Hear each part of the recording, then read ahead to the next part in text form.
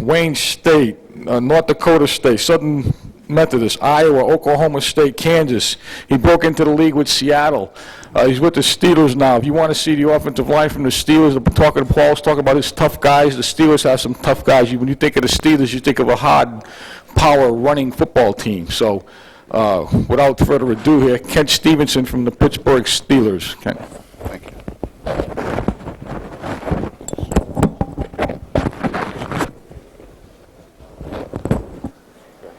Okay.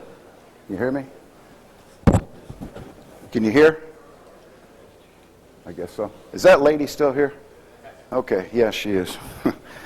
Darn. It's hard for me to talk in a civilized manner at football clinics. It's a pleasure being here. I don't have the privilege of, we don't go out and work many players out. So having been in the league 15 years and 2 years in the USFL before that, I don't know you. I know a few of you, but I don't know you. And before I get started, the one thing that we encourage you to do, if the opportunity presents itself, you want to come to a pro camp, you're certainly welcome at Latrobe, and they'll put you up in a dorm, and it's not much more than that, but it's a dorm, it's a place to flop, you get some meals, and you're welcome to tapes and those kinds of things. Our time is somewhat limited to spend because we're busy as a son of a gun, but you're welcome to watch drills and those kinds of things as much as you want. So you're all welcome. I'm going to talk some things about some of the things that we believe in and we do in the running game. Before I get started with that, in fact, I thought of these things when I was flying over yesterday, that there's a couple of things in your coaching career that kind of stick with you and that you think, that I think, have helped me communicate to my players and hopefully give them just a little bit of an edge. And one thing, I was at Seattle for 7 years, and every year before the season started, Chuck Knox would bring in somebody that would stimulate thought on our behalf. We went down to see how the Rangers, they're pretty tough guys, Army guys, how they train their people, because they're badass guys. They're preparing for a game just like we are. Another year we had a guy that was a power, positive thinking guy. We went to a clinic and talked to him. Another year we had a running specialist come in, and of all people, as a line coach, I thought, well, this is the biggest waste of time that I've ever seen. If this guy gave me a tip on pulling that I think is phenomenal. And I know as a college player, I hate to tell you when that was, and I get better every year, but that's a long time ago. And those days you trapped a lot and those kinds of things. And I was taught, that you yank the elbow, you take the step, and all those kinds of things. And so I'm just talking to this guy, and he said, I think I can help you with efficiency of movement with your people. And he gave me a little tip about pulling. And he told me he wanted to go through my teaching progression, and I showed him, and he said that you're stopping your people after their first step. Meaning that by yanking the arm and stepping, I'm distributing the weight onto my heel, and as a player, I step. Now I've got to roll up on my toe and restart. And you think about it, and the son of a gun is about half right. And I hated to admit it, but he was. So help me. The guy came up with this. He said, in efficiency in running, this is the ideal position. Elbows in, arm movement straight up and down. If I, as a guard, am going to execute a BIM block where the back is blocking and I've got to get a little bit around him so that I want to come out with a little bit of depth.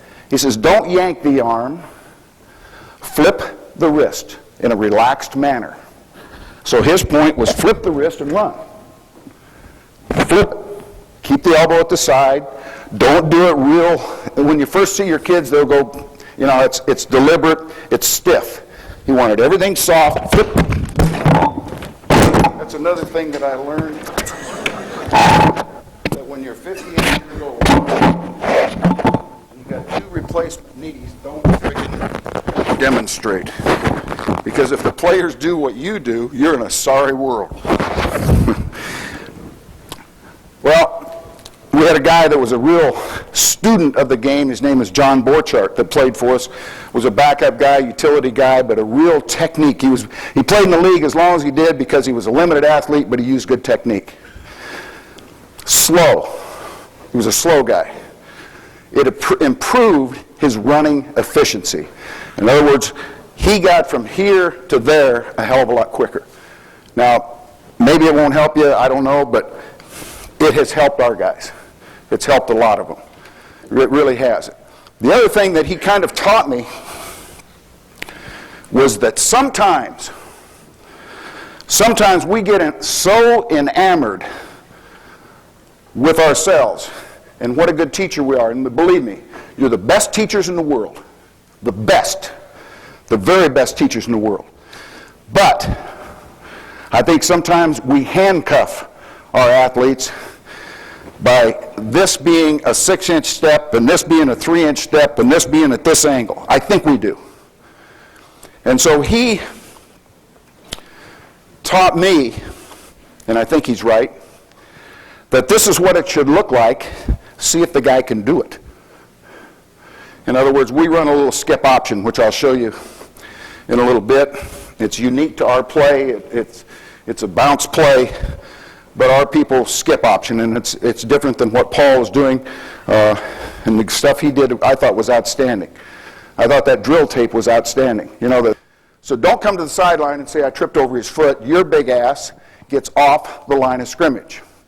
And also in doing that, the way we run our play is that we want to keep a square-shouldered position on the defender so that if he does attack the line of scrimmage, I want to be as square with him as I possibly can, within reason, so that my back has a two-way go off of my block. I don't want to tell, the way we run it, we don't want to tell our back where to run. That's not our job. Our job is to cover him square. So I tell him this. All right, do it. Some guys come on out. A lot of our guys come off the inside foot and they run like hell and their shoulders are square and they do it. Other guys, I've got to, okay, well, let's try this, let's try that. But the point being, not everybody can take that 6-inch step, I mean, there's Mike Tice. Mike Tice and I certainly are built different. There's a guy that's 6'6", 6'7". Here's a guy that's only 6'2". But obviously, we're built different, and our steps might be a little bit different. The bottom line, the very bottom line, got man. Did I get him? Did my man make the hit? I mean, you get down to the nuts and bolts of it, that's it. That's it. So my guy kills the guy. His technique isn't exactly what I want. Okay, you killed him. If he had done this, you would have had a problem, blah, blah, blah. But I don't, at least, harangue him for having success. Okay? Watch the ball. Don't take your head off the ball. All right? I mean, we've all heard that. Well, I can see the ball, I can see a bug scratching its ass over here, and I can see a leaf coming across. His point was that we have two kinds of visions, just like a camera. We have the wide-angle vision, where I can't see directly, but I can detect movement over here. And we have a fine focus, or a narrow vision, where I am totally focused on his numbers, and that's it. And I'm a little bit more oblivious to things out here. And I really think that those kinds of things in teaching people to expand your vision or use a fine focus on exact target areas is important. An example, almost everyone runs some type of power play, okay? Backside guard pulls, double team at the point, kick out, go into the hole, but meet the backer somewhat square, okay? How many times have you seen guys that they run along, It's inside, and they're like a 58 Chevy in a stock car race. Their ass is sliding over here, and now trying to find the linebacker, and don't get him, or they're on the edge.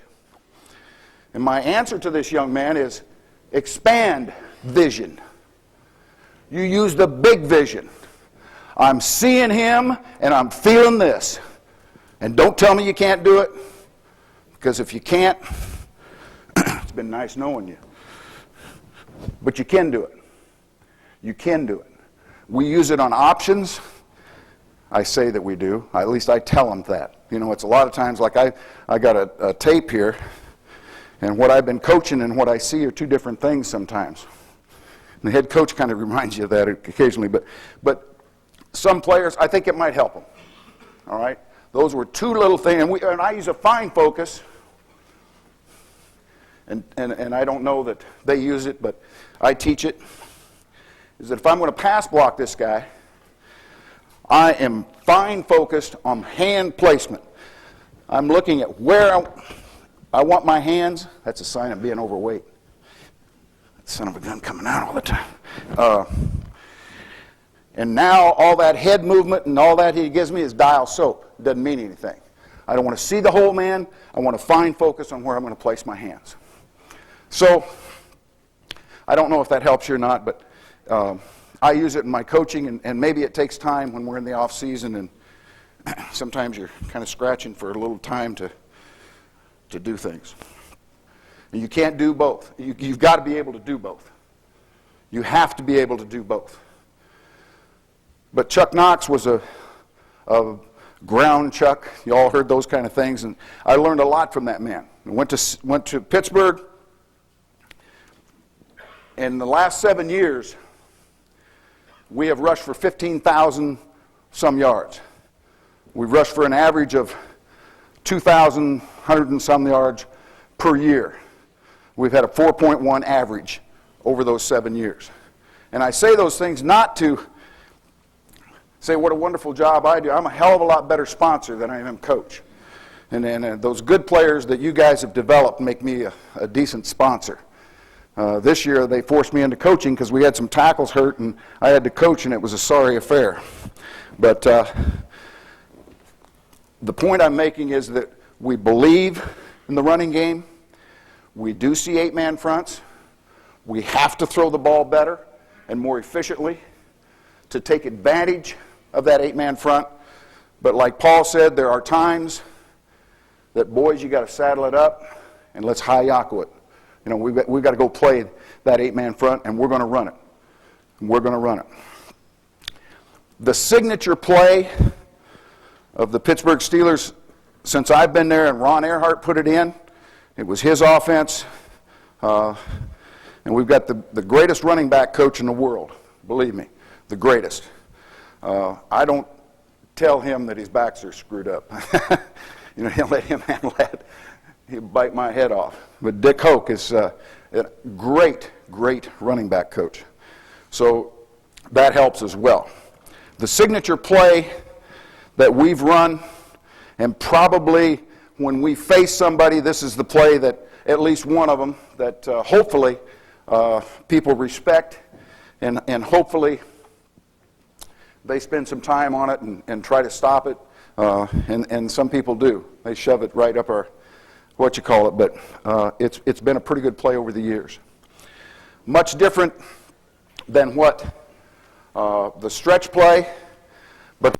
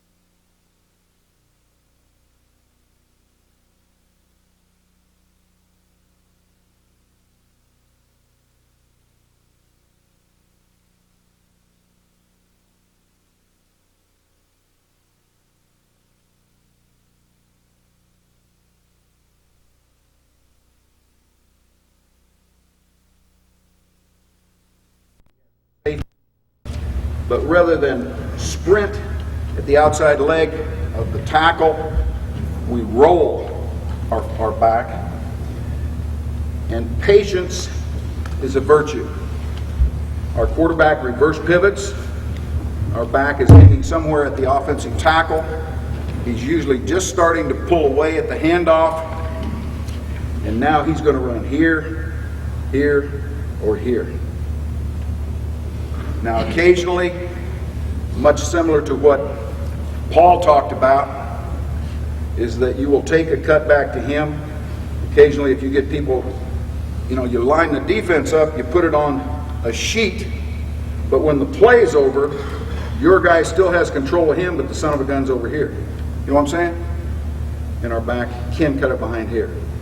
And different backs do different things. Barry Foster was a good back for us for a couple of years, and much like what Paul said, Barry would almost hesitate. It was like he was late on the snap, and he had a good sense of accelerating when the hole presented itself. He had a good sense of accelerating when the hole presented itself. Speaking of accelerating, and again, I go back to Paul's drill tape, or his game tape, that I thought that a couple times that he said this was a good job by the center, is that he established his block and then decided it was time to go to the next man or the Mike linebacker. And the thing that he did was that he accelerated from this block to that block. He accelerated. There was not a heck of a lot of time between boom, boom, boom, boom, boom, and then get on him. I thought that, your guys did a good job of that. Again, this is something that I try to teach. And I do it in a very simple manner, is that we've got bags, and I do a number of little old bag drills, but I have my guys come across, we back up, we accelerate. We send sideways, we back up, we go across, we accelerate. Come back, the bump, we accelerate. And at times, I will also put a man here so that we accelerate but not out of control, and then gather and punch. And I think that it's a timing factor, but a lot of times people coming off combination blocks don't get to the next level in a rapid manner. And perhaps that helps a little bit. Now, our play is a man blocking play onside. And it's a zone cutoff if the defense presents itself in such a manner on the backside. So we have people. And it's our job as offensive linemen that in this case, and we talk about bubbles. And under defense, we have a guard bubble. And I'm not talking about when they overshift everyone and all that. I'll get into that later, perhaps. This is your guy. You can do this, but if this guy pinches and cuts you off, you're wrong. So not too often do we do that. So we option. Again, we've got the fullback screaming for force. We've got our tailback rolling to the hole, which in a sense, to the defense, for a split second, they're not sure. Are we running our play where we roll to the hole and we just lead and let him have it up inside? Or are we rolling to the hole and turning the shoulders and running our bounce play? For that reason, our offensive guard can use the skip where I'm slightly off the line of scrimmage and I'm option blocking him. And everything being equal, say we're base and base, and the linebacker fills, that's his fill hole, because this end has this gap. We want our guard face up. We want to hit him square and let our back be the runner. I don't want to be on the outside number and say, you've got to run in here. So I look for square bodies on the option. Now, that isn't always True. Okay? The linebacker scrapes like a crazy man out here. And I'm working to get square, but the son of a gun totally outruns me. All right, now I'm going to kick the sucker out. All right? Now, what we tell our offensive tackle, guarantee me this hole. If the defender is in an alignment that you can't come off and guarantee me the hole, you and the tight end switch blocks. So we may have a guard on an option, we have a tight end coming down, and we have a tackle coming for the outside linebacker. Now what do I tell the tackle? We pull with a little depth. I want just a little depth. Because if we happen to be lucky enough to catch the defense in a man coverage scheme, when the tight end blocks down and that same linebacker is going to jam the hell out of him and works with him, I've got the outside shoulder, I hook you, and it's, you know, it's an AMF. Adios. Doesn't happen too often, particularly against us. We get outside linebackers that are playing force or contain, and they're getting their butt up the field, keeping the outside shoulder free. Okay? So I pulled with slight depth. He's up the field. He's even with me. Now what do I tell our tackle? Now I tell him, you are in a kick-out mode, and you have a strong inside hand. The reason I tell him to have a strong inside hand, that the stronger that inside hand is on him, you can see where my butt goes. My butt now comes into the hole, because most likely Jerome Bettis ain't running outside me. Okay? Most likely. So he's even with me. I want to have a strong inside hand, and it's your job, 300-pound guy, to expand the hole. Much like what Paul teaches, and I'm sure everyone does. I use the term to try to get the little bit of a tuck to hit on the rise. I want to come around the corner and I want to hit on the rise. I'm not reaching for you. I want to stab you with my hands. I'm going to have a strong inside hand, but then it's my job versus a 255-pound linebacker to expand the hole. That's why your big ass is in the weight room all winter long and doing all those exercises, okay? We'll show it to you. Expand the hole. Hopefully, our tight end has a tie. Hopefully. And it's your job to expand the hole. It's your job, offensive guard, if the Mike linebacker fits square into the hole, to be square with him, and now back, run where they ain't. Okay, that's all fine and good.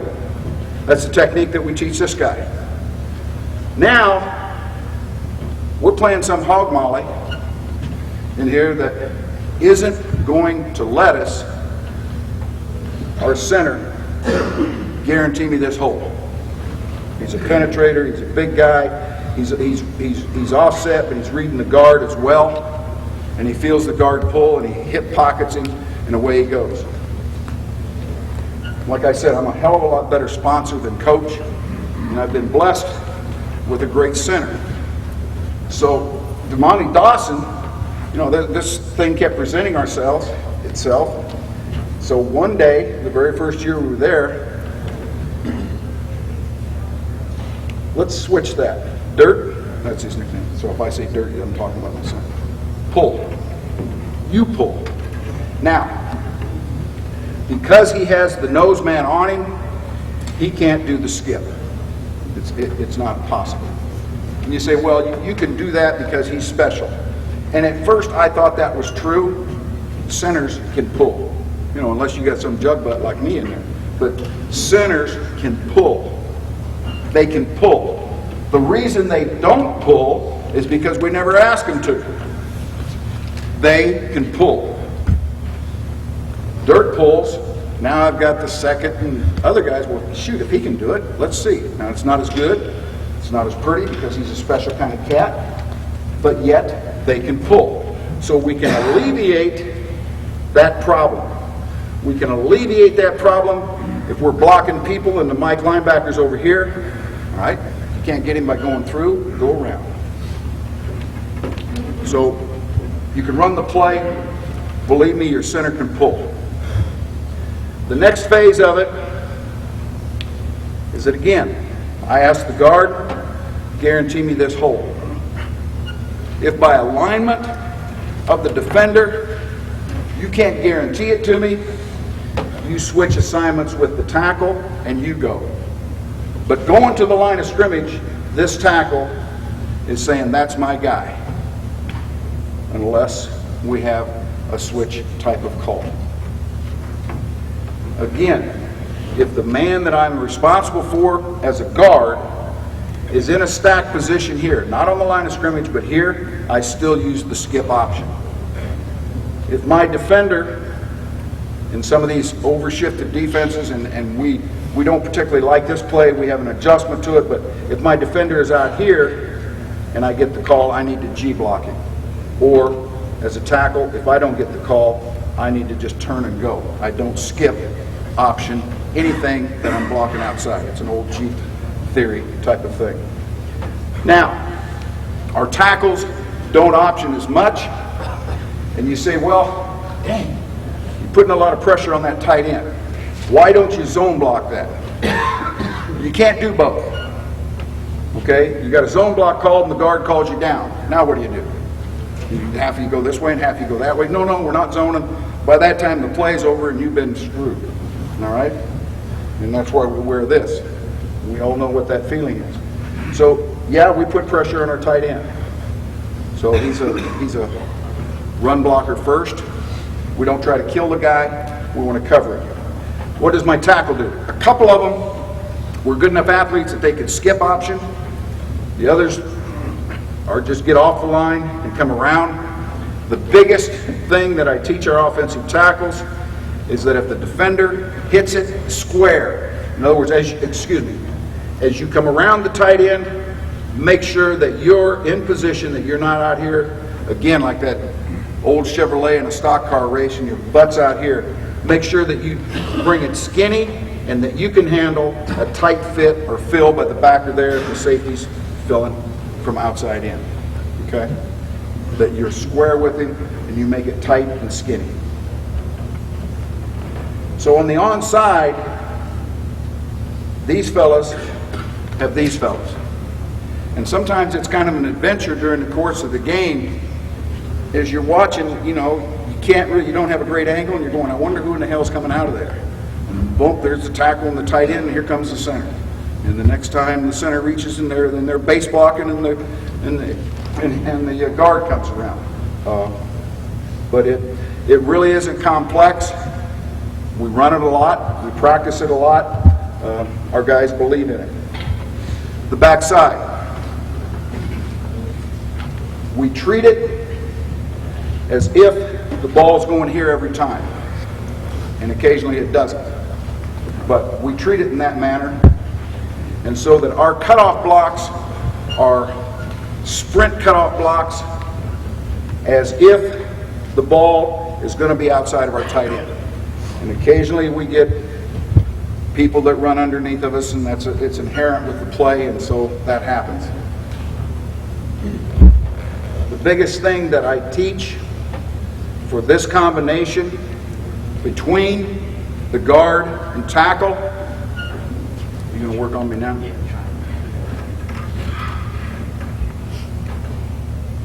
A little disappointed in Cincinnati there.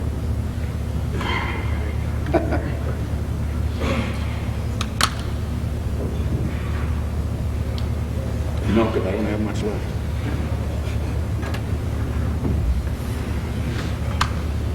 Oh, there we go. Thanks. You're a good man. Forget where I was at. Okay. That I really emphasize that our backside tackle pull with depth. That we pull with depth if I'm working a combination with my backside guard. Pull with depth. The reason being that if this defensive tackle is worth his salt and the guard leaves him, and he's going down the line, and I don't pull with depth, I just help push him into the play. So we pull with depth, we cut him if we can. I don't know if, can you guys chop him in college? Chop his ass, okay? Not illegally, but chop him. Anyway, that's my big point there. It's pretty earth-shaking, but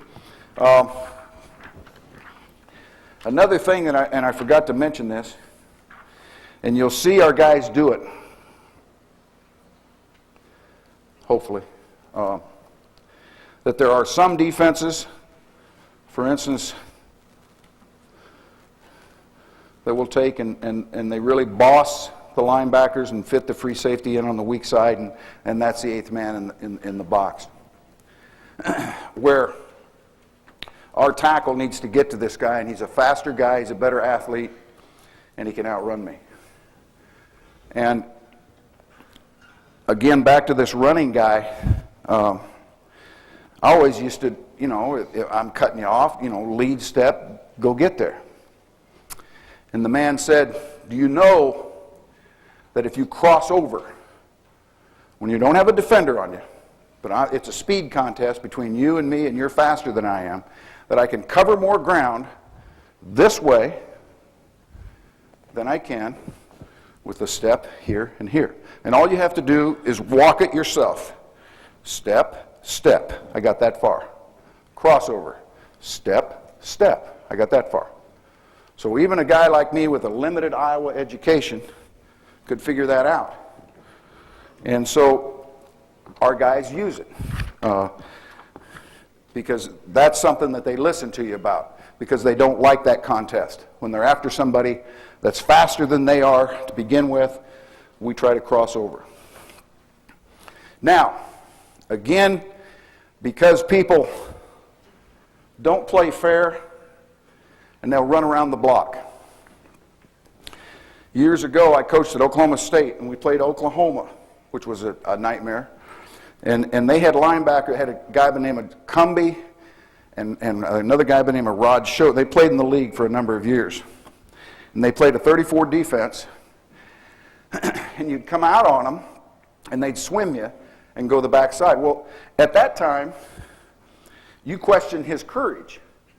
Because at that time, he's supposed to step up and plug that guy, but he'd run under you and then still make the play. And unfortunately, a lot of linebackers do that. So I've got my big old jug butt here. He's hauling it for the onside cutoff point, and he's almost there, and the guy ducks him. And so to teach it, and our defense of it, is that I don't slow down and let him run over the top of me all day. But as soon as I get level, I want my inside hand up, so that if he does duck under me, at least I got a chance to come back. I got a chance to come back and get a shove, maybe get a piece of him, come back and chop him. So if I'm even and he's behind me, I get the backside hand up. And I think it probably also starts swinging my shoulders. It probably does. So that we don't just run by him if we can help it. Okay, what I'd like to do is show some examples of this play, and perhaps the one thing about it, I want this to be as informal as possible. And if you've got a question of any kind, speak up. The only dumb question is an unanswered one. If there's any kind of question in your mind, feel free to speak up. How can I do this here? Coach, we've done walking the track without the free technique. Yeah. Good question. Not very well. But anyway, here's what we teach.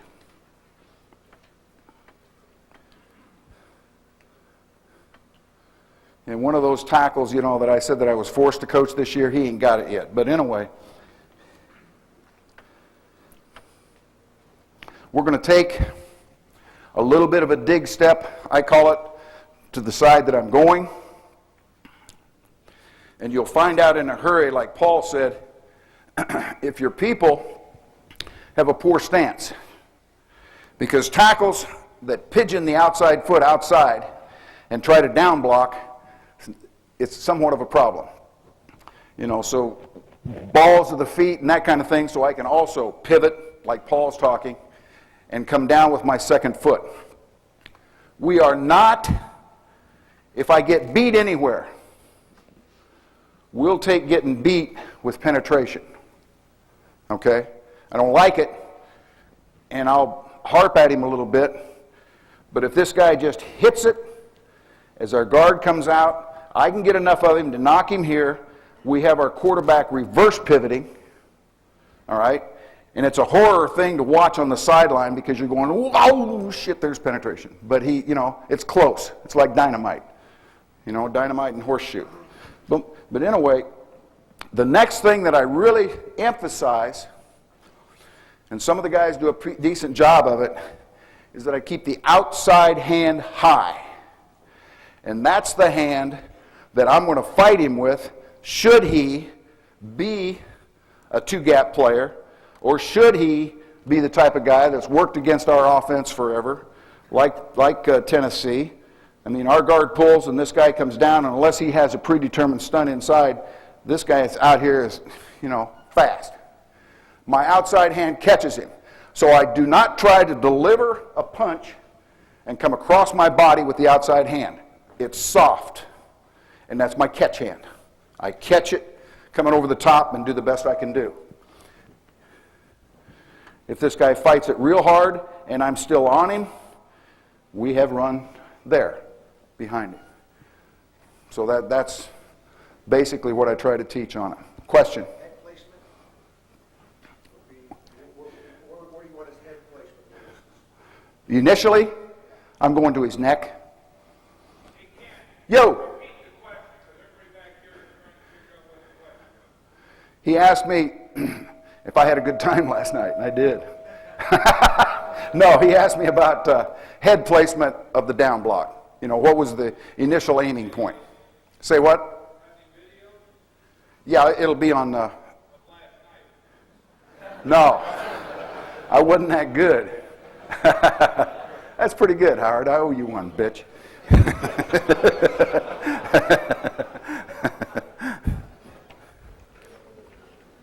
Anything else? Okay, I'd like to do this tape, and if possible, can I do it from up here? Can you give me the remote and the pointer? I'm sorry to jump you around all over, you know, like I'm somebody important. I'm not trying to do that. But again, I don't have a lot to talk about, and this kills time. Thanks. Thanks, you're great. Okay, you just got to pop it in, the tape. Thank you. If I'm in your way here, move.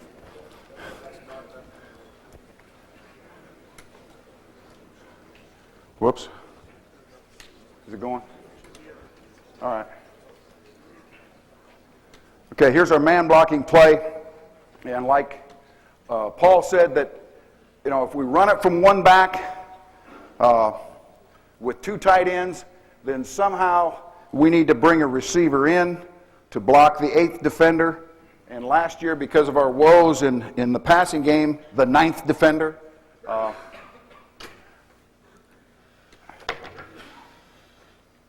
Decent example. Again, I'll put it on. Our tackle couldn't guarantee me this hole, so they switch assignments. Our center, this guy's a trip now, but every now and then he just gets bored and says, shit, I'm going to pull. I mean, he probably could hook the guy, but he went and pulled. We have a backer that was on the inside, and our tackle knows that our guard isn't going to help him a lot. Now, I wished I could say that I invented this, but we let our weak side tackle maintain a 2-point stance away from the tight end a heck of a lot, an awful lot. And not just on runs away and passes. We'll run the ball to him. If we're fan blocking and leading, some of them feel comfortable being in the 2-point, particularly if they're working against a wide outside rusher. And I think it helps us with two things. Number one, I know that it helps him pull with depth on this kind of a block. The other thing that I think is invaluable is that when you're away from home, you can't hear diddly squat, and you've got guys like Derek Thomas and people like that on the weak side, and you're not in a shotgun formation. It's a hell of a lot easier to watch the ball and get a pass set from that two-point stance than it is a three. Now, actually, I stole it from Denver. I saw their backside tackle away from the tight end up a lot. I go, well, you know, Will, would you like to try that? Yeah, give it a whirl. And they kind of like it. You know, some kids are uncomfortable with it. Again, I'm not a dictator. I mean, if you can do it, fine. If it's uncomfortable for you and you can't do it, okay, don't. All right, again, here's our guard down, and if I coached him, I would tell him that you might be trying to get that head a little bit far inside. But again, there's kind of that slap with the outside hand. And one thing that we do an awful lot in a lot of our blocks on perimeter plays is that once we establish a position, I attempt to teach of striking, and we call it turning the can. Strike him, turn the can, because that's the direction that he wants to go. Our guard should do the same thing. This is a young kid that someday is going to be a hell of a player. You know, I hope I'm still alive, but that's questionable. But he is a rookie from LSU, Alan Faneca, and he's about 325, no fat. He's pretty good. He's not bad. Here's a dead spot. Here's a dead spot. And what's it do? It narrows the hole. It's a little bit crowded in there. Okay, now, one thing I didn't tell you about our center. Okay, number one, he can't skip option. You know, he can't snap the ball, skip back, you have fumbles, it doesn't work. So he has to come out pulling, come out running. And the thing, hopefully, that I work with him to do, and I usually can tell a little bit as the tape starts, or where his eyes. I think that my man, I think, is watching the backer, and I think he's trying to feel where to go up. So I think maybe he's expanded his vision on the camera, and that he's got the wide focus on. Again, like everybody, we try to hit on the rise and do something. Here's a case that the linebacker hits the hole at an accelerated pace and not square. We're not going to be square then.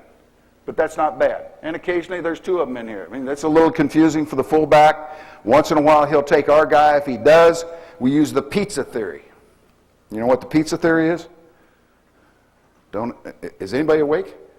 You guys, don't be falling asleep now when they turn the lights out. The pizza theory is this. If you're eating pizza and somebody grabs your piece, well, you don't just stutter step and stand around. You go get another piece. Well, that's what this is. If our fullback happens to take him as a center, he took your piece. Go get another piece. All right. Here's an example of the guard on the option. Now, we have to know where people are. You know, the linebacker that he is responsible for isn't always in the tackle bubble, isn't always on the line of scrimmage. The reason that I put this play in, that I thought it was good concentration by our guard, because you do have a strong safety that's coming cranking off the corner. And believe me, if our guard had been looking to, number one, where he's going to pull up, he's going to flinch, or he might even take the safety. And I thought that this was a pretty good example of him not doing that. He came around fairly square. I didn't think that he finished the way I would like. I don't think that he got under his pads and finished the block. You know, to me, the linebackers that swim you are a problem, but to me, the very best linebackers that I see in this league is like the kid with the Dolphins, and good linebackers like that come to engage you, strike you, and then get soft and are fast enough to still then go make the play. So one thing that you teach as a coach is that he comes to you, and so if your guys overextend a little bit, which my guy did. He's going to get the big hit. This linebacker gives a little bit and comes off and makes the play. Punch you, give, go make the play. All right. I thought that was pretty good. You guys didn't seem to be too excited. All right. All right. What examples do I have here? The down block. Again, you see kind of a lazy outside hand. Now start turning the can. Guard, option square, hit on the rise. He took his eye off the target right there, okay? But it's a got man. But my point to him is, look, if the guy did give you a little dial soap here, you would be in trouble. You got to see what you hit, you know? You got to see what you hit. Like I saw some of you guys last night at the bar, and you were seeing what you were dancing with. You know, you weren't dancing like this. You were looking at it. It's just like this. I could say more things, but there's ladies present. But a pretty good hit on the rise. Again, my backside guard. This happens to be a nickel defense. He's cutting off like a son of a gun. The guy goes backside. Same theory that I have on a linebacker. Get my inside hand high and turn. And turn. Not bad.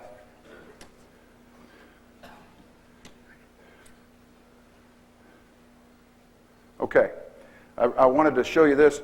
Here we're running it from a two tights, and we may go with what you call a check with me or whatever, where you try to give yourself an advantage and all that kind of thing. But the point that I wanted to show here is my offensive tackle, and this isn't a real good example because he ought to be able to get to this cat. But again, using the crossover, and he does get there with some speed. And again, the guy comes behind. He's a little late with the hand, but he does get back there and deterred him enough. I don't think it's a great job. I don't think it's a good job. I think it's a little below average. But he's kind of trying to do what I say. Again, here's the guard on the skip option. All right? And we're able to do that because of the nature of the handoff. Defensively, we also run a play that we lead the fullback, and we're hammering it here. And it's our ability now to cut back and all that. So the ball handling is the same, you know. And I don't know. I hear reading the shoulders and all those things, and it's sometimes I think it's dial soap. You know, sometimes in the heat of the battle you play football. And so I'm not sure that this always happens with linebackers, but I think guys, you know, like the guys that are well coached, like here at Cincinnati, they read those. Been using it a lot. I don't get it. Bullshit. Okay. Here again is my guard on the skip option, nice and square. Bump. Not trying to kill him. Not trying to kill him. Now our illustrious NFL officiating crew would now concede this as holding. They had more holding calls in the NFL last year than they set a record. And now we're going to have more. It's ridiculous, but in a way, and I would like to have him get his hands in and all that. But I'm not trying to kill him. I'd like to if I can, but I want to block him. All right? This is the Mike linebacker, so my center's going backside. He does things a little different. I try not to coach him too much. Okay.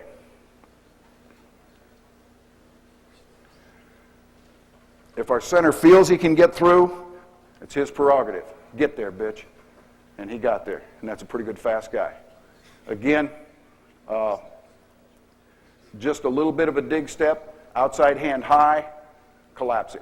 Again, working against a player that's better than him, the crossover, again, good use of the inside hand and detained him long enough. That's passing right there. So this is kind of encouraging. They're kind of doing some of the things you coach. You know, I don't know if it's right or not. You know what? I don't know if there is a right way. Really.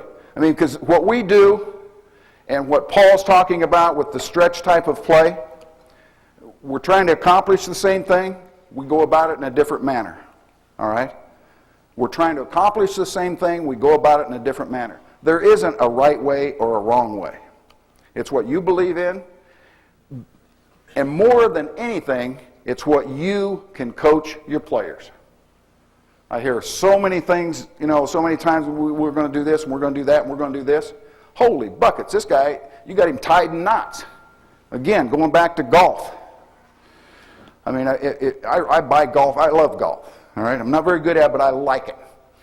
Well, if I get up in the swing, and I'm thinking, now I read in this book to stop the slice, keep the knees bent, don't straighten out if I'm thinking about all those things, I'm stiffer than a wedding organ, if you get my drift. All right? So you have to have some fluidity about you. And you have to be some fluidity, it's a pretty good word, about you as a player. So, not trying to tie them up with everything. All right.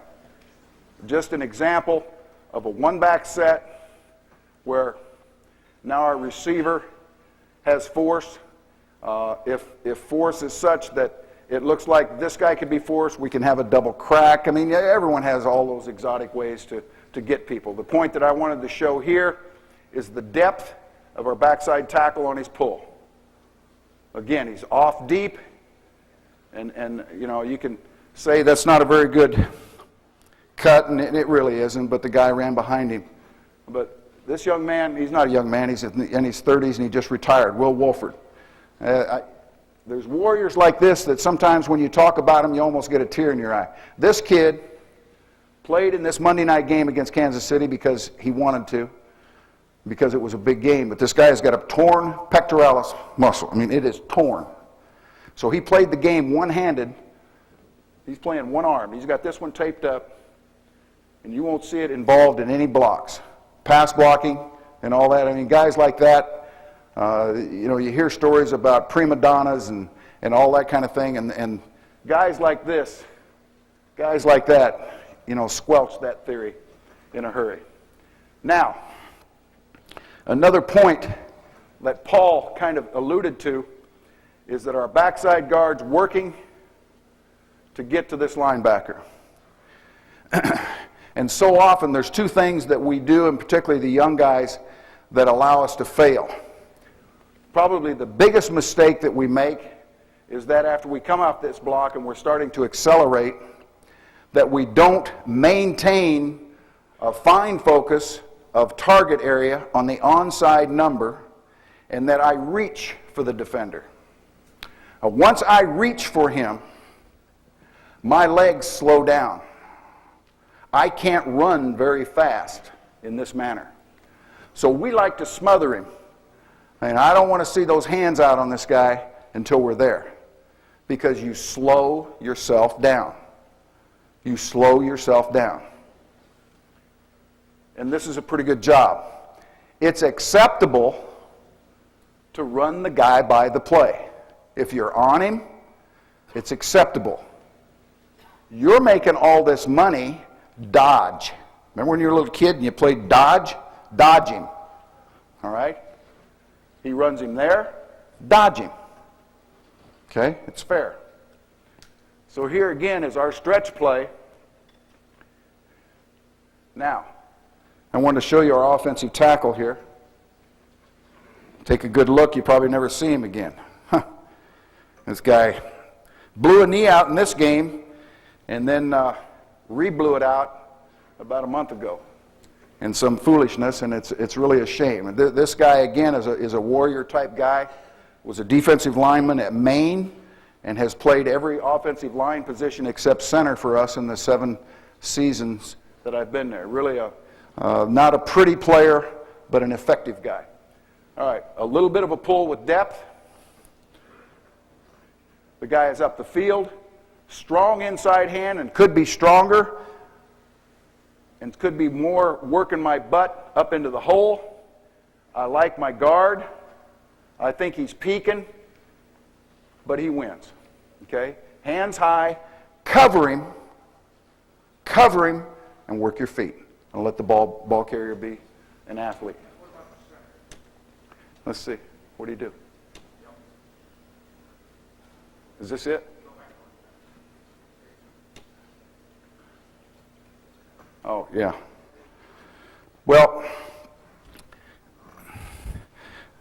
if you were a guy that every step, this has got to be 6 inches and this has got to be 4, this center would drive you absolutely batty.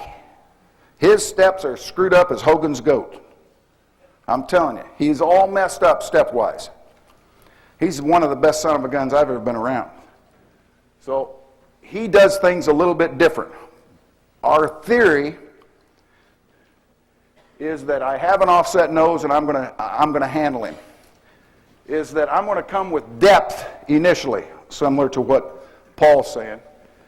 This guy has a strong onside hand, and he can hook guys pretty good. I mean, there's not too many nose guards. We've got one that's fairly difficult, and it's different than what Paul's play is. Him over to here is a problem for this play. So, but this guy, that's pretty good of jumping him onside and then turning the can. He's a fairly good player. Wasn't worth a crap till I got there. Ha! More of the same. Again, the center. All right, here's a rookie. Now, take a look at the pull. I mean, the kid came out as a junior, and we're playing him. You don't know how that is. You have a number 1 draft choice. Somehow he gets worked in sometimes before he's really ready and before you're comfortable with him being in there. But things happen in the NFL that's just the way it happens. But I like the results, but if this backer really hit it square right here, he is going to be on an edge, and he's going to tell our back he has to run it outside by just pulling and looking. I would prefer that he skip and all that, but it's excusable at this point in his career. Not now. I mean, it was at that time. I don't know. I mean, this is just more of the same. Okay, I just wanted to show this. Here's a point where it's a nickel defense, and we run the play theory-wise with 3 detached. You know, it could be a back, another back detached, and all that kind of thing. And it means that our receivers are responsible now for primary force. But as a line, we know when we're in 1 back, 1 tight end, and that we may see a conventional, which this is, 4-2 nickel defense. If it is a 4-2 nickel defense, we send our center back here because we say you 3 are on contract, so you 3 block them. And now we have a solid wedge here. We don't want to turn this guy loose. They have a line stun or whatever. We're in pretty good shape. Now, in this case, our right guard felt that he could guarantee that. I don't like his block. Again, you say, got man? Yeah.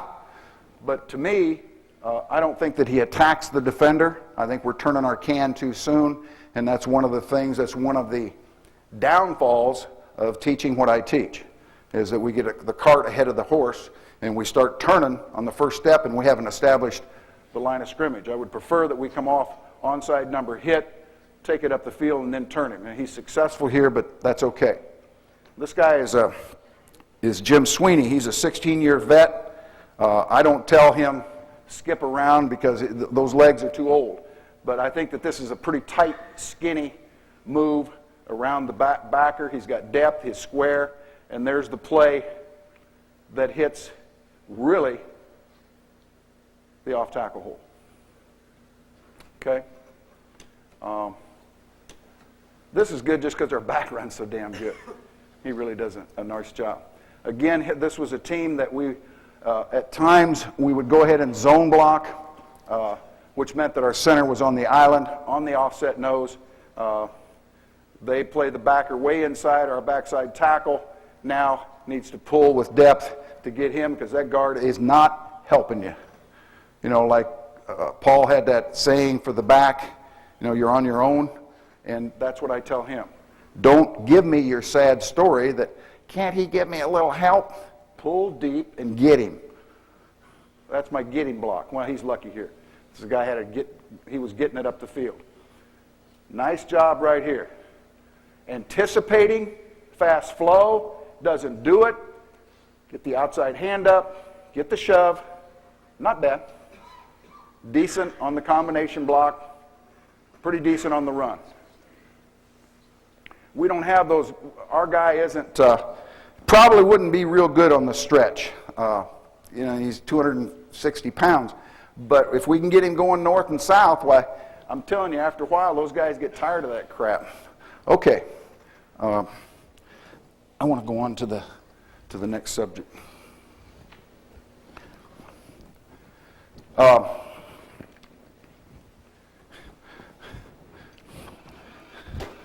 I'm sorry about making you do all this. You need to do something. Shit. All the money you're making off this thing.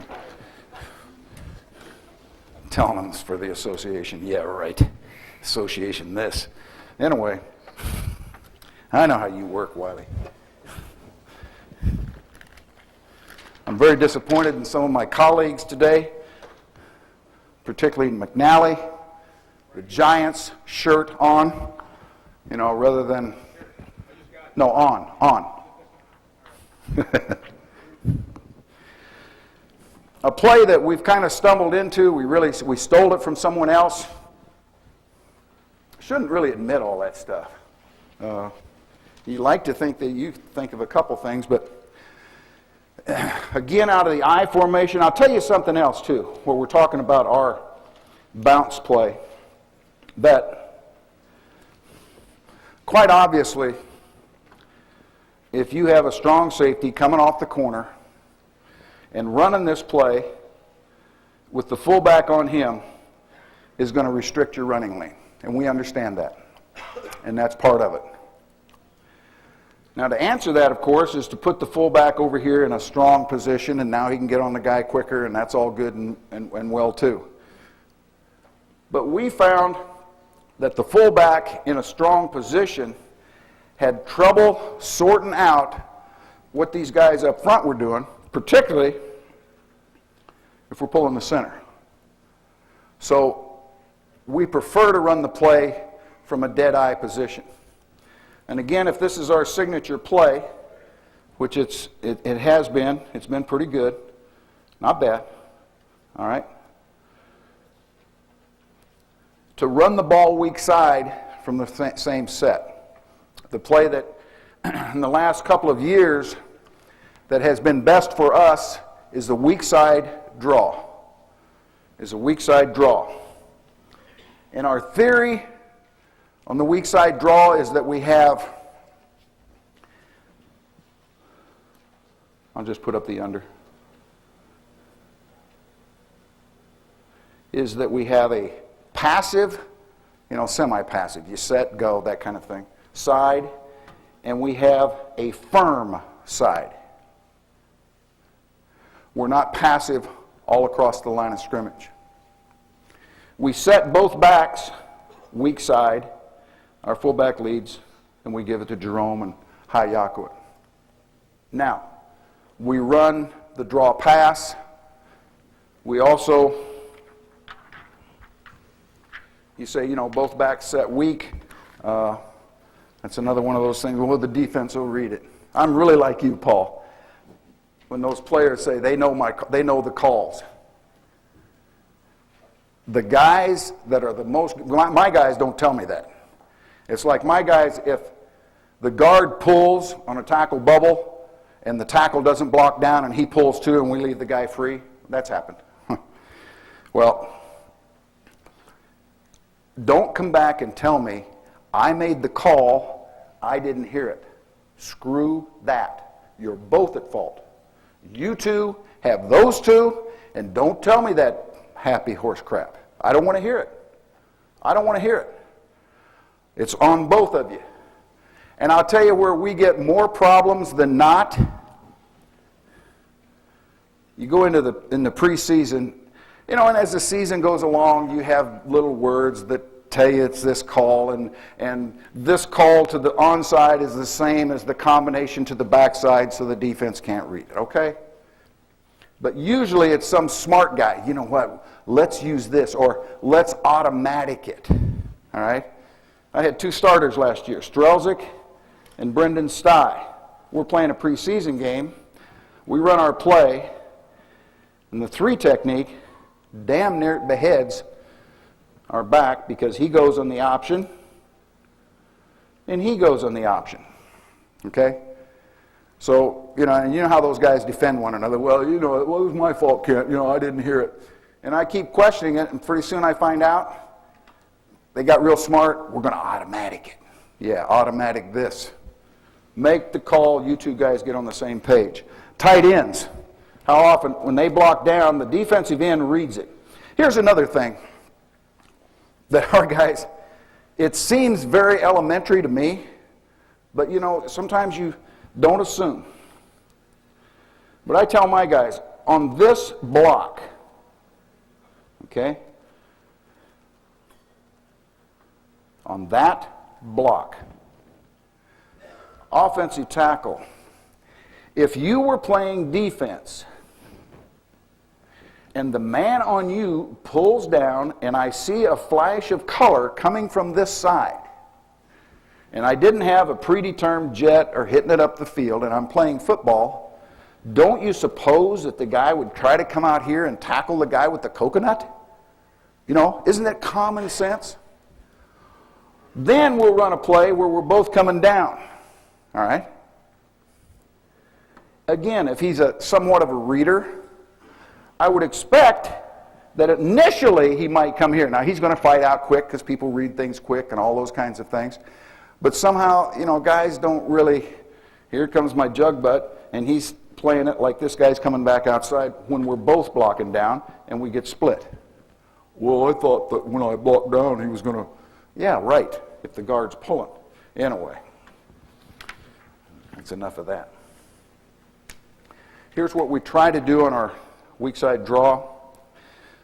Oh, I was going to show you another play that we run that you can't really key both backs hopping to this side, because we'll run the counter lead back to that side, and initially it's a draw look with both backs. And we used to do it from this set, the weak set, but we're doing it now more from the eye and timing it up. And we found that we had a counter to our weak side draw without realizing it. You know how you fall into things occasionally. Now, how do we teach the firm part of our blocking pattern? Let's just say that we have a zero nose and we have a backside guard bubble, and us 2 are responsible for those 2, but it's a draw. So we're not going to come storming off the ball with our center. How I teach it is that we call it a pass set combination. And that means that center guarantee me on a 2-gap player that you have established that hole. So you jump him. You jump onside and you jump him. And guard, while I'm looking at him, you jump in conjunction with him, so we're butt to butt and eyeballing things.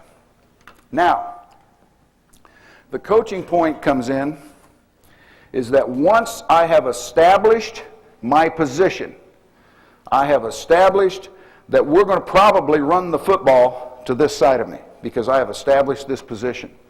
As a center, once I establish it, I become firm. I don't jump him and continue jumping away from it and jump to the linebacker.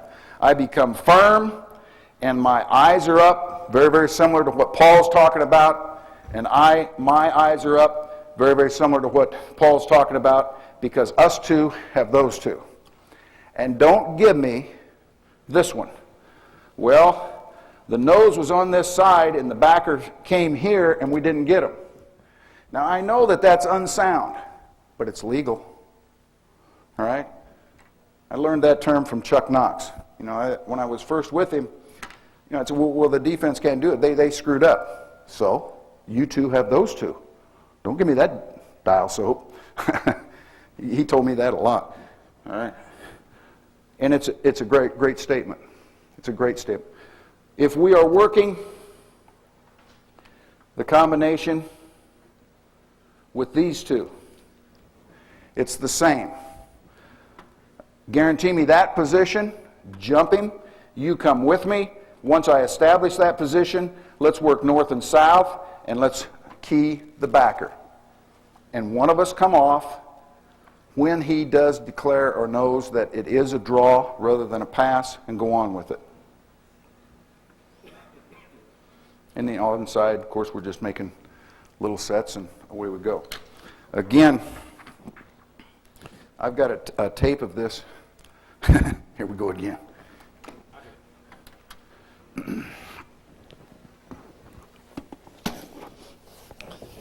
Maybe it's not very revolutionary. You guys probably do a hell of a lot better job than I do with it, but yeah, it has been a very effective play for us.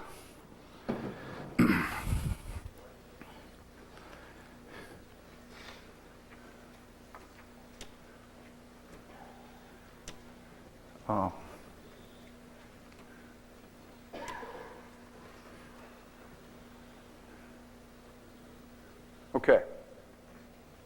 And I forgot to mention this, but if we're playing a 34 team, we will fan block with the guard and tackle. You know, it's very difficult. Sometimes in a four-man line, they just play a pure over defense. They got Will on the outside of the line where your line is working for the two tackles and the Mike, and he comes screaming off the corner, and it's a tough block for the fullback out of what we call a home position right behind. So on a 34 front, we fan.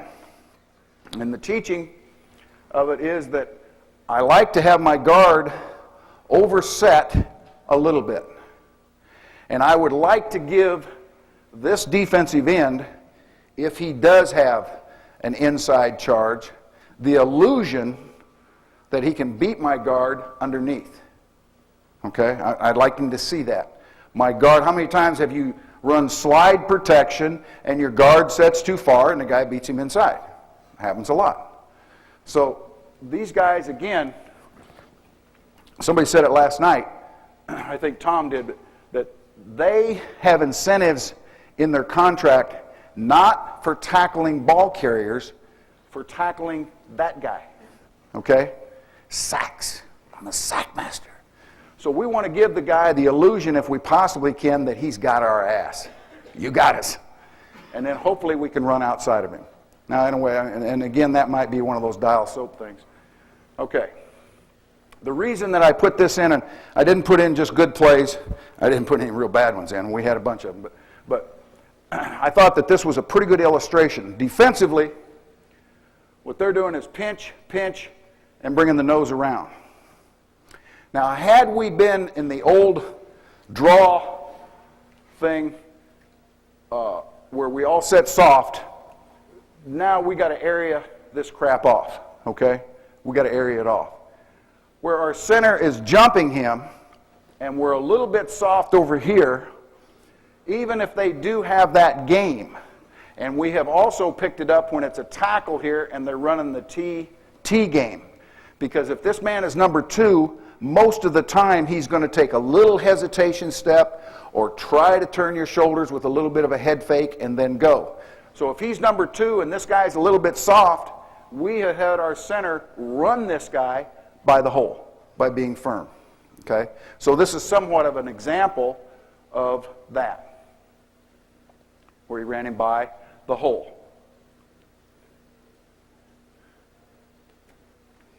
Okay, again, I'll show it to you on end zone.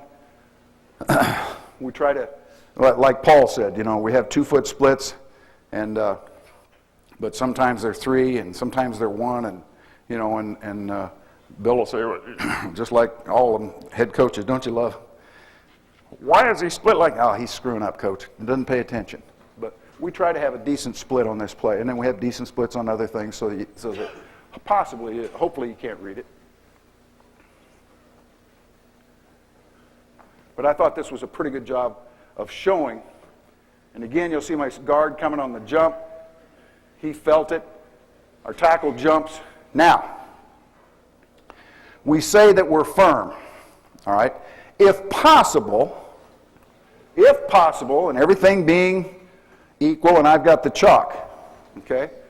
If our center jumps him here, most likely, and if he has this established, unless we just fall to crap over here, the ball is going to end up over on this side. But just because we say we're firm does not mean that the ball won't come back. And so when we first put the play in, we had more holding calls on this play when it bent back than any other play. And the reason being that we established a position, and we established that position without maintaining a push attitude. And so when the guy started releasing for us because the ball was bending back, you know, we just inadvertently were grabbing him a little bit. And the jersey comes out and there goes the call. So we try to teach that I'm here. If these people are really fighting across my face, or if it does bend back, you keep maintaining the pressure. And if he gets soft at all, keep pushing. I thought this was a pretty good job of the area. It's one of the few plays that we ran that was worth a crap this day. But again now, if we have a middle linebacker, a straight 4-3 type of alignment, our center now will get back just a scotch. That's just a little bit. Get back just a little, and we're going to area the stunts simply because middle linebackers can blitz you here, whatever. So we have a 3-man area concept in this manner. They happen to run a TT, and we area it off fairly well. This bugs me to death, and we're in a position like most NFL teams now, you know, where you're running plays perhaps against your defense, and you run the draw when you don't have pads on, and this guy, you run the draw, and he's this deep. You know, he won't redirect for nothing. And now our tackle's getting a hell of a bad habit. The guy starts, keep backpedaling, but in the games, and you play the real guys, because those guys that keep coming up the field on the draw when the ball's handed off, they're driving UPS trucks in about 2 weeks. They're not with you anymore. So, but the good guys, it's about 2 steps, and usually maybe a little quicker than that, and they're redirecting. What I try to teach is that if he maintains a position outside of me, and we get into an even position, that I want to work hard to keep my inside leg high. Okay? I want to keep my inside leg high. So he takes 2 steps and starts coming here, bounce, bounce, bounce, keep my inside leg high, and try to maintain an inside-out position on him as long as possible. I do a lot of coaching with a strong left hand, a strong right hand, inside leg high, those kinds of things. I don't know if it's right or not, but that's what I do.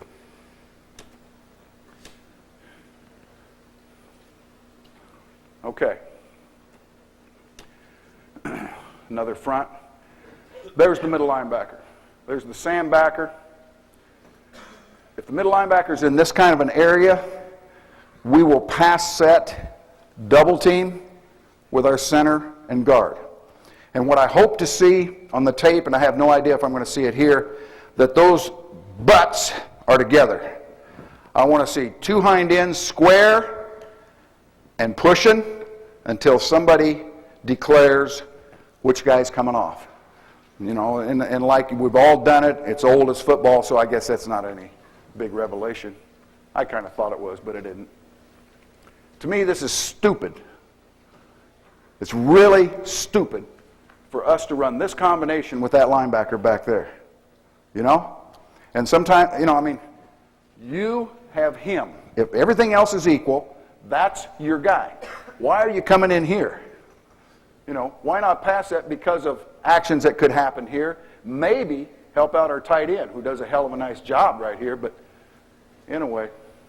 The one thing that our guard at least does is establish his position and holds it for a while.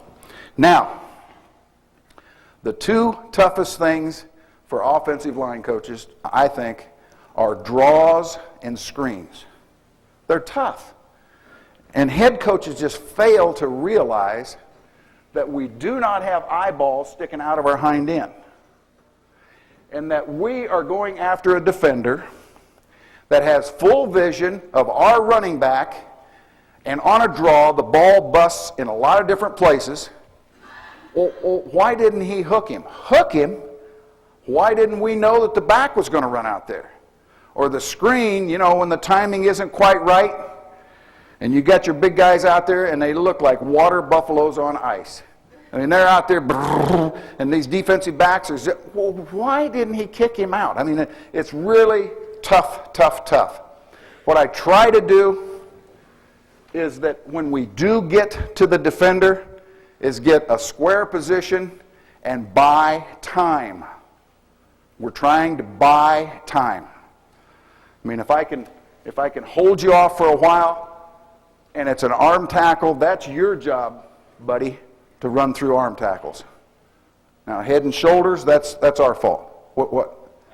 5 minutes. I'm not going to get to my screens again.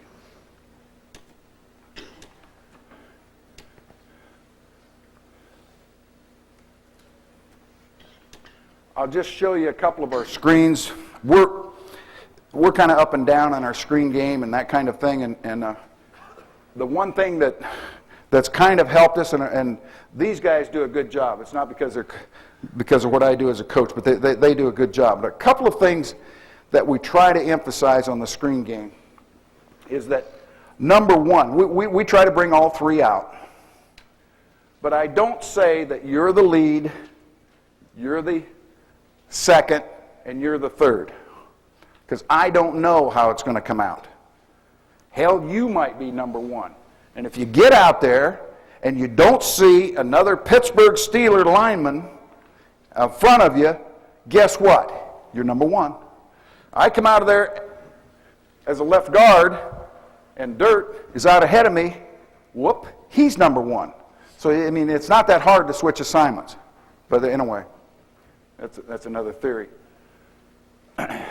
Try to teach this theory on hug blitzes or man-to-man coverage.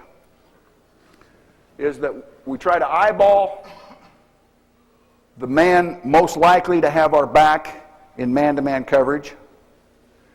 And if this defender is moving forward, doing anything but moving backward, alert. It's probably a hug or he has him man-to-man. And don't run out there and block air. Casper, the ghost, ain't made a tackle yet. And I got a bunch of guys now and then that like to block Casper, the ghost, out here. All right?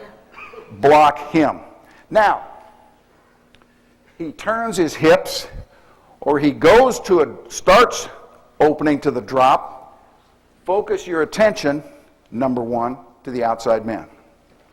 Now, I don't know, you guys probably do a better job of that shit than I do, but in a way, here's kind of an example of it.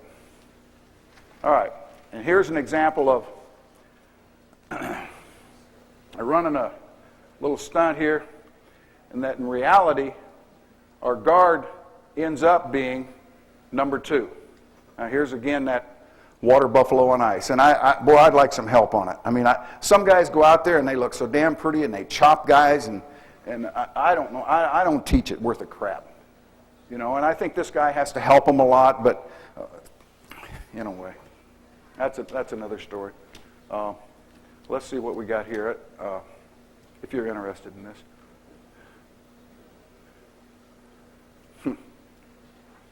Now, used to teach years ago two theories. That you tried to bring this guy deep, chop him, come underneath. Well, that was great if the guy always came up the field. But they run an ET game, and I got you 100 miles off the ball, and we had problems. So we set normal. The other thing that we used to do, and really coach it, is that hit him and throw the defender away from the screen. And what my guys kept doing is that if, say we're running the screen right, throw the defender away from the screen, that this son of a gun would set out here and get beat on the inside rush. So I don't tell them that anymore. We try to get a fit, extend, hayako. That means go fast. Go fast the other way. Now, this is a point that I really believe in the screen game. That two things. When we're running screens in practice, our defense knows it every time because I get over here on the sideline. And the one thing that I want to see out of my people, that once we do the stick, and once we release, that my path is back into the line of scrimmage. Because I don't know how many times I've seen a guy get impatient, stay high, and it's like two ships passing in the night. The secondary guy reads it, we're high, and he comes right underneath of us. So we try to work back into the line and go on. The second thing that I really try to emphasize is separation from the pile. And by that I mean that we're pass blocking, but don't give me that three-quarter jog out there. Get on your horse, okay? Get on it, baby. Separate from the pile. Let's get out here. Then break down and make the play and all those kinds of things. And like Howard said it last night, and you have to go over this, when you come out, you try to identify people and all that. And how many times have you seen the number one guy come out and say, you got him? Ha!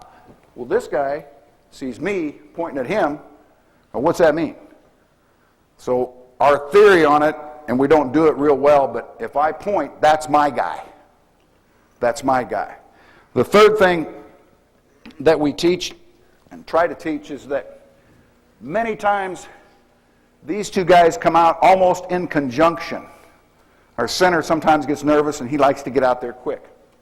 If I'm a guard and I feel the next Pittsburgh Steeler, even with me, but I'm back here, he thinks he's number one, Julio.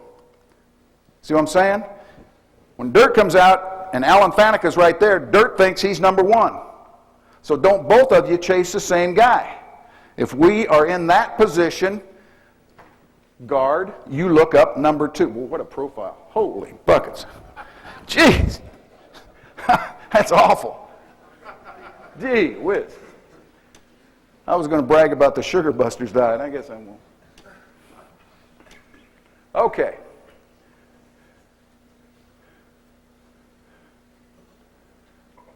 Boom, boom. Pretty good throw. All right, here I put this in as an example for my center. All right? He should realize right now that he's number 3.